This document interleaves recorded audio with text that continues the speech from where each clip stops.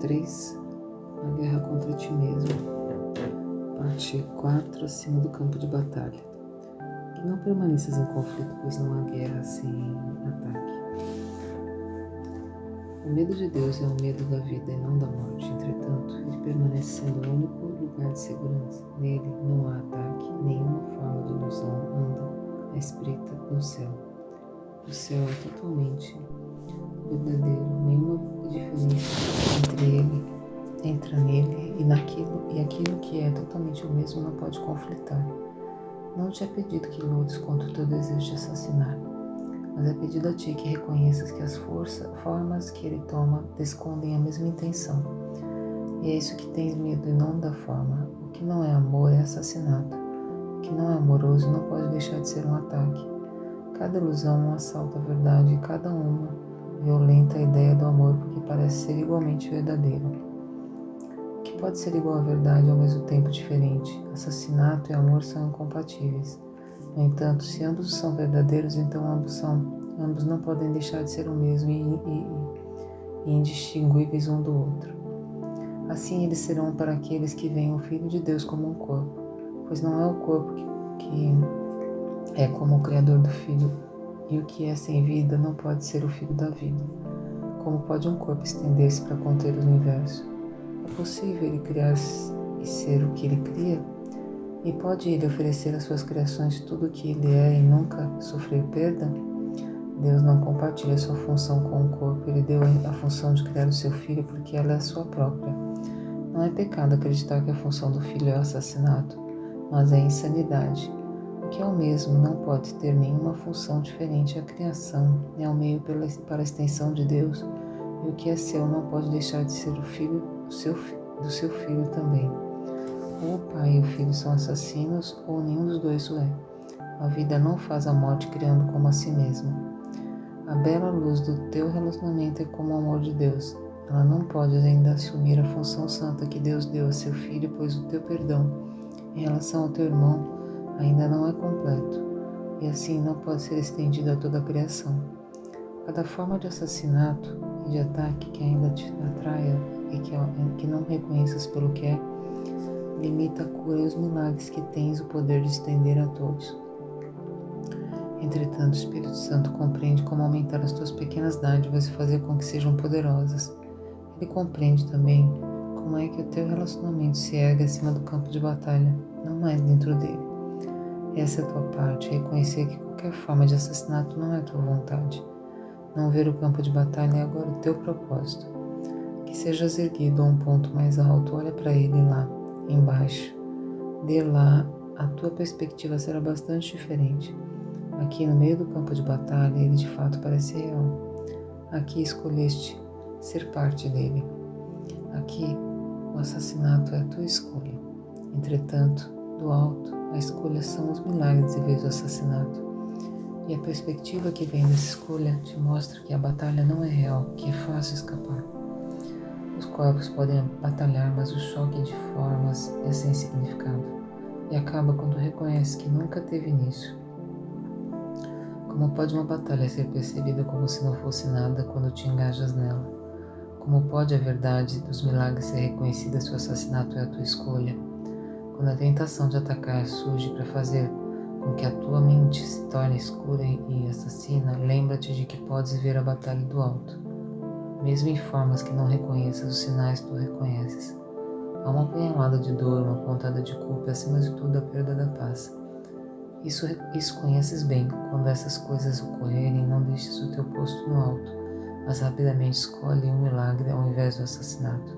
E o próprio Deus e todas as luzes do céu gentilmente irão inclinar-se para ti, sustentando-te no alto, pois escolheste permanecer onde Ele quer que estejas, e nenhuma ilusão pode atacar a paz de Deus junto com seu Filho. Não vejas ninguém a partir do campo de batalha, pois lá olharás para Ele a partir do nada. Não tens um ponto de referência a partir do qual olhar de onde possas dar significado ao que vês, pois somente os corpos poderiam atacar e assassinar, e se esse é o teu propósito, então não podes deixar de ser com eles. Só um propósito unifica, e aqueles que compartilham o seu propósito têm a mente una. O corpo não tem propósito em si mesmo e não pode deixar de ser solitário. De baixo, ele não pode ser superado. De cima, os limites que ele impõe aos que ainda se encontram na batalha desaparecem e não são percebidos. O corpo está entre o Pai e o céu que ele criou para o seu Filho porque não tem propósito. Pensa no que é dado àqueles que compartilham o propósito do seu Pai e têm conhecimento de que é o seu próprio. Não lhes falta nada, qualquer espécie de pesar é inconcebível. Só a luz que amam está na sua consciência e só o amor brilha sobre eles para sempre. O amor é o seu passado, seu presente e seu futuro, sempre o mesmo, eternamente completo e totalmente compartilhado. Eles têm o conhecimento do que é impossível, de que a sua felicidade possa jamais sofrer qualquer tipo de mudança. Talvez pense que o campo de batalha possa te oferecer alguma coisa que podes ganhar. É possível que isso seja algo que te ofereça uma calma perfeita e um senso de amor tão profundo e quieto que nenhum toque de dúvida pode jamais manchar a tua certeza. Isso durará para sempre. Aqueles que têm a força de Deus em sua consciência nunca poderiam pensar em batalha. O que poderiam eles ganhar, senão a perda de sua perfeição? Pois todas as coisas pelas quais se luta no campo de batalha são do corpo, algo que ele parece oferecer ou possuir. Ninguém que tenha conhecimento de que tudo tem poderia buscar a limitação ou valorizar os oferecimentos do corpo. A falta de sentido na conquista é bastante evidente a partir da esfera serena aqui, acima do campo de batalha. O que pode conflitar com tudo? E o que há lá que ofereça menos e possa ainda mais acima ser mais querido? Quem, sustentado pelo amor de Deus, poderia achar a escolha entre os milagres e o assassinato difícil de fazer? Fim da leitura de hoje. Livro de Exercícios, lição 196. Só posso crucificar a mim mesmo. Quando isso for bem compreendido e mantido em plena consciência, não tentarás prejudicar-te nem fazer do teu corpo um escravo da vingança. Não atacarás a ti mesmo e reconhecerás que atacar um outro é atacar a ti mesmo.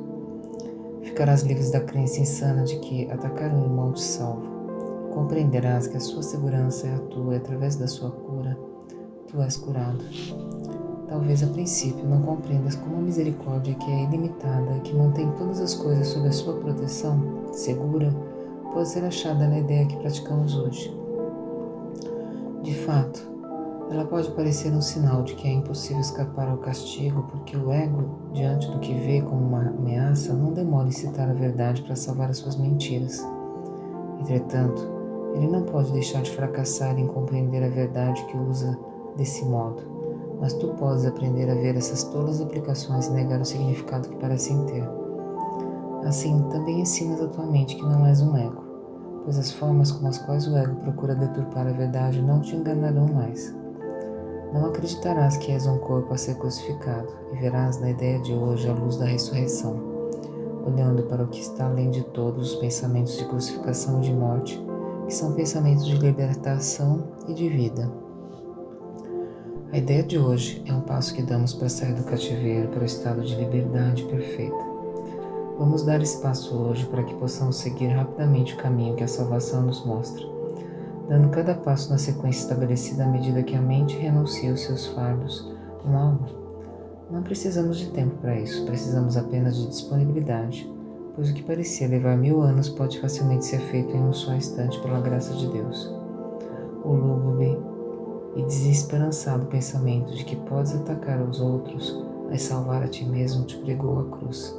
Talvez parecesse ser a salvação, mas representou apenas a crença segundo o qual seu modo de Deus ou seu medo de Deus é real. E o que é isso senão o inferno? Quem poderia acreditar que o seu pai é um inimigo mortal, separado de si mesmo, à espreita para destruir a sua vida e riscá-lo do universo sem ter o medo do inferno no coração? Tal é a forma da loucura em que acredita se aceitar o pensamento amedrontador de que podes atacar um outro e ficar livre. Enquanto essa forma não for mudada, não há esperança. Enquanto não vires que isso tem que ser, pelo menos, inteiramente impossível, como poder escapar? O medo de Deus é real para todo aquele que considerar esse pensamento como verdadeiro, e ele não perceberá a sua tolice nem chegará a ver que ela existe para que seja possível questioná-la. Para questioná-la é preciso que primeiro a sua forma seja mudada, pelo menos um mínimo que seja, para permitir que o medo da punição diminua e que a responsabilidade seja até certo ponto devolvida. A partir daí, podes pelo menos refletir se deseja seguir esse caminho doloroso. Enquanto essa mudança não se realizar, não será possível para ti perceber que o que te amedronta são os teus próprios pensamentos e que a tua libertação depende de ti mesmo. Os nossos próximos passos serão fáceis se deres esse passo hoje. A partir daí, avançamos com bastante rapidez, pois uma vez que compreendas que é impossível que sejas ferido exceto pelos teus próprios pensamentos, o medo de Deus tem que despertar, ou tem que desaparecer. Não poderás, então, acreditar que o medo é causado por algo exterior, e Deus, que pensaste em expulsar, por ser acolhido de volta no interior da mente santa que Ele nunca deixou. É certamente possível ver a canção da salvação na ideia que praticamos hoje. Se só podes crucificar a ti mesmo, não feristes o mundo, e não precisas ter medo de sua vingança e da sua perseguição. Nem precisas esconder-te aterrorizado no medo mortal de Deus, que a projeção esconde atrás de si. O que mais temes é a tua salvação. Tu és forte e é a força que queres, e és livre e feliz pela liberdade. Buscaste ser fraco e cativo porque temias a tua força e liberdade. No entanto, nelas está a salvação. Há um instante em que o terror parece dominar a tua mente, de modo tão total que parece não haver nenhuma esperança de escapar. Quando reconheceres de uma vez que por todas que a ti mesmo que temes, a mente se perceberá dividida. Isso havia sido ocultado enquanto acreditavas que o ataque podia ser redirigido para fora e retornar de fora para dentro. O inimigo que devias temer parecia vir do exterior, e assim um Deus fora de ti veio a ser teu inimigo mortal, a fonte do medo.